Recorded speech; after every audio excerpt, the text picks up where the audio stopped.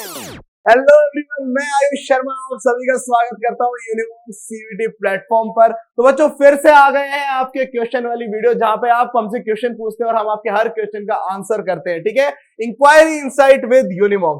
तो बच्चों अगर बात करें आज के डाउट्स की जो बच्चों ने हमें भेजे हैं, बच्चे जिस चीज को लेकर ज्यादातर कंफ्यूज हैं, तो बच्चों सबसे पहला इसमें निकल कर आता है कि how many attempts we have for CUET, कि हम सीयूईटी के लिए कितने अटेम्प्ट्स दे सकते हैं।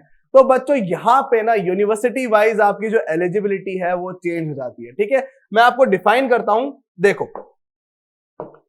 अगर बात करें आपके अटेम्प्ट्स की, ठीक है, आप बस +2 पास होने चाहिए। अगर जो मोटा मोटा एनटीए ने जो कहा है कि आपकी जो एलिजिबिलिटी है आपको 12th के अंदर पास होना चाहिए, और कुछ यूनिवर्सिटीज कहते हैं कि अबव 50% भी होना चाहिए। अब दिल्ली यूनिवर्सिटी कुछ कोर्सेज है जहां पे आपका कंपटीशन होता है तो 75% अबव भी होनी चाहिए। बट अगर मेजर देखें तो दिल्ली यूनिवर्सिटी ने कहा है कि आप 12th पास होने चाहिए। दिल्ली यूनिवर्सिटी भी, आपके एनटीए ने भी कहा है कि आपको 12th में आपके पासिंग मार्क्स होने चाहिए, मिनिमम 50% मार्क्स आपके होने चाहिए। ठीक है, अब उसके बाद आता है एज का क्राइटेरिया। ठीक है, अटेम्प्ट्स तो आप कितने दीजिए, चाहे आप हर साल दीजिए अपने, बट बीएचयू की अगर हम बात करें, बीएचयू मैंने आपको अपने पिछली वीडियोस में भी बताया है कि बीएचयू ने साइंस कोर्सेज के लिए एज लिमिट लगा दी है।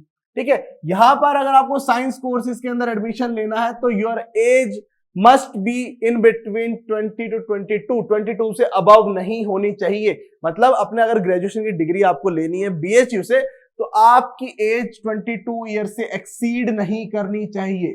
ठीक है, अब कुछ यूनिवर्सिटीज ऐसी भी आपको मिलेंगी जहां पे एज कोई क्राइटेरिया नहीं है। तो यहां पे अटेम्प्ट्स की तो बात बच्चों ये रही। आंसर इसका अगर हम देखें तो इसका ये है, आप कितने भी अटेम्प्ट दे सकते हैं, बट जिस यूनिवर्सिटी में आपको एडमिशन लेना है ना, उस यूनिवर्सिटी की एक बार एलिजिबिलिटी चेक कर लेना अपने कोर्सेज के अंदर। ठीक है, जैसे अगर आप साइंस से और आपको बीएचयू के अंदर एडमिशन लेना है तो आपकी एज बच्चों 22 ईयर से अबव नहीं होनी चाहिए जब आप सीयूईटी एग्जाम के लिए अपीयर हो रहे हैं। ठीक है, अदरवाइज अगर एनटीए की देखें जो मेजरली यूनिवर्सिटीज कर रही हैं उधर कोई एज लिमिट नहीं है, बस आप 12th पास होनी चाहिए, मिनिमम 50% मार्क्स आपके होने चाहिए। ठीक है, उसके बाद आप चाहे कितने भी अटेम्प्ट अपने दीजिए।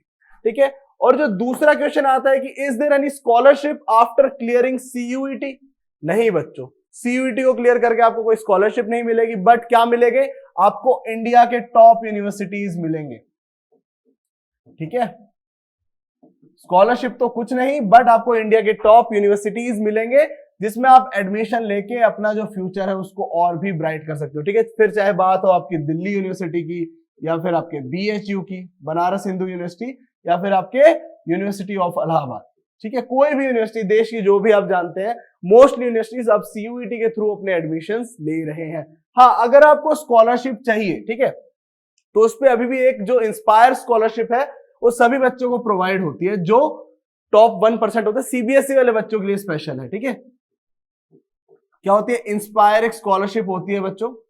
उसके अंदर क्या होता है, अगर आप अपने जो सीबीएसई का जो रिजल्ट आया उसमें टॉप 1% स्टूडेंट्स के अंदर हैं तो आपको ये स्कॉलरशिप मिल जाएगी। आपको सर्टिफिकेट आएगा बकायदा सीबीएसई की तरफ से कि you are the top 1% students about CBSE. तो उसके अंदर आपको क्या होगा, इंस्पायर में आपकी जब तक पढ़ाई करेंगे, ठीक है, टिल 5 ईयर्स, मतलब इसमें आपकी इंक्लूड होगी ग्रेजुएशन और आपकी मास्टर्स भी इंक्लूड हो जाती है, तो आपको जो गवर्नमेंट है वो फंडिंग देगी, फेलोशिप देगी आपकी पढ़ाई के लिए। ठीक है, बट सीयूईटी को क्लियर करके आपको इधर कोई भी ऐसी स्कॉलरशिप नहीं मिलेगी। चलो आगे बढ़ते हैं।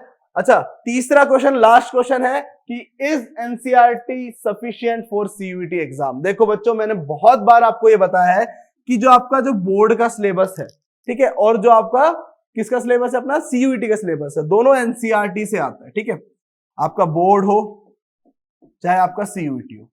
बट क्या हुआ है कि आपके बोर्ड्स के अंदर ना, किसी भी सब्जेक्ट की आप बात करो, चाहे ह्यूमैनिटीज हो, चाहे कॉमर्स हो, चाहे आपकी साइंस हो, ठीक है, उसके अंदर क्या हुआ, कुछ टॉपिक्स को हटा दिया गया है, कुछ टॉपिक्स को, और साइंस में कुछ चैप्टर्स को भी हटा दिया गया है। ठीक है, अगर केमिस्ट्री में देखें सॉलिड स्टेट हटा दिया है, बायोलॉजी के अंदर देखें तो पहला जो आपका चैप्टर रिप्रोडक्शन इन ऑर्गेनिजम्स, उस चैप्टर को हटा दिया गया है। ठीक है, तो आपको क्या करना है, अपनी एनसीईआरटी पूरी पढ़नी है, अपनी बोर्ड्स के लिए भी। आपको साथ ही एनसीईआरटी के जो टॉपिक बोर्ड्स में नहीं आ रहे वो भी एनसीईआरटी से कवर करने हैं। ओल्ड एनसीईआरटी के अंदर आपको वो मिल जाएंगे, या फिर जो नई एनसीईआरटी आ रही है उनके अंदर भी वो चैप्टर तो आपको मिल ही जाएगा। तो उधर से आपको अपना कवर करना है अपने सीयूईटी के लिए, और एमसीक्यूज प्रिपेयर करने हैं।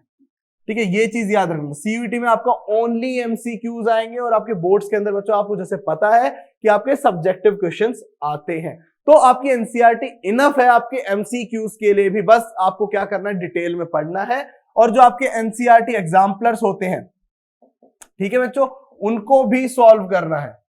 ठीक है, साथ में आप कोई भी सैंपल पेपर उठाइए जिसमें क्वेश्चन मिल जाए। ठीक है, तो आप उसके जितने ज्यादा हो सके एमसीक्यूज सॉल्व करने हैं। जितनी प्रैक्टिस करोगे उतना आपको पता लग जाएगा कि आपका कौन सा वीक सेक्शन है, कौन सा स्ट्रॉन्ग सेक्शन है। एंड एनसीईआरटी के जितने टॉपिक्स है बच्चों, अगर उनको आप अच्छे से कवर कर ले तो आपके सीयूईटी एग्जाम के लिए मोर देन इनफ हो जाएगा। बट ये है कि आपको एनसीईआरटी बिल्कुल अच्छे से पढ़नी है, ढंग से पढ़नी है, ये नहीं कि चलो ये छोड़ देते, उसमें से आपको कुछ नहीं छोड़ना। ठीक है, तो ये था आज के वीडियो में आपके इन 3 क्वेश्चंस का आंसर। होप आपके जो डाउट्स थे इन तीनों क्वेश्चंस को लेके वो क्लियर हुए होंगे। अगर अभी बच्चों कोई डाउट है और ऐसे कोई क्वेश्चन है जिनका अभी तक आपको आंसर नहीं मिला है तो कमेंट सेक्शन में जरूर डालना। मैं जरूर से जरूर अपनी आने वाली वीडियोस के अंदर आपके क्वेश्चंस को पुटअप करूंगा और उनके आंसर जरूर दूंगा। और अगर मुझे वीडियो अच्छी लगी हो, वीडियो को लाइक करना, शेयर करना अपने सभी दोस्तों के साथ जो टारगेट कर रहे हैं सीयूईटी 2024 को। और ऐसे ही मजेदार वीडियोस के लिए सब्सक्राइब टू यूनिमॉन्क्स। धन्यवाद।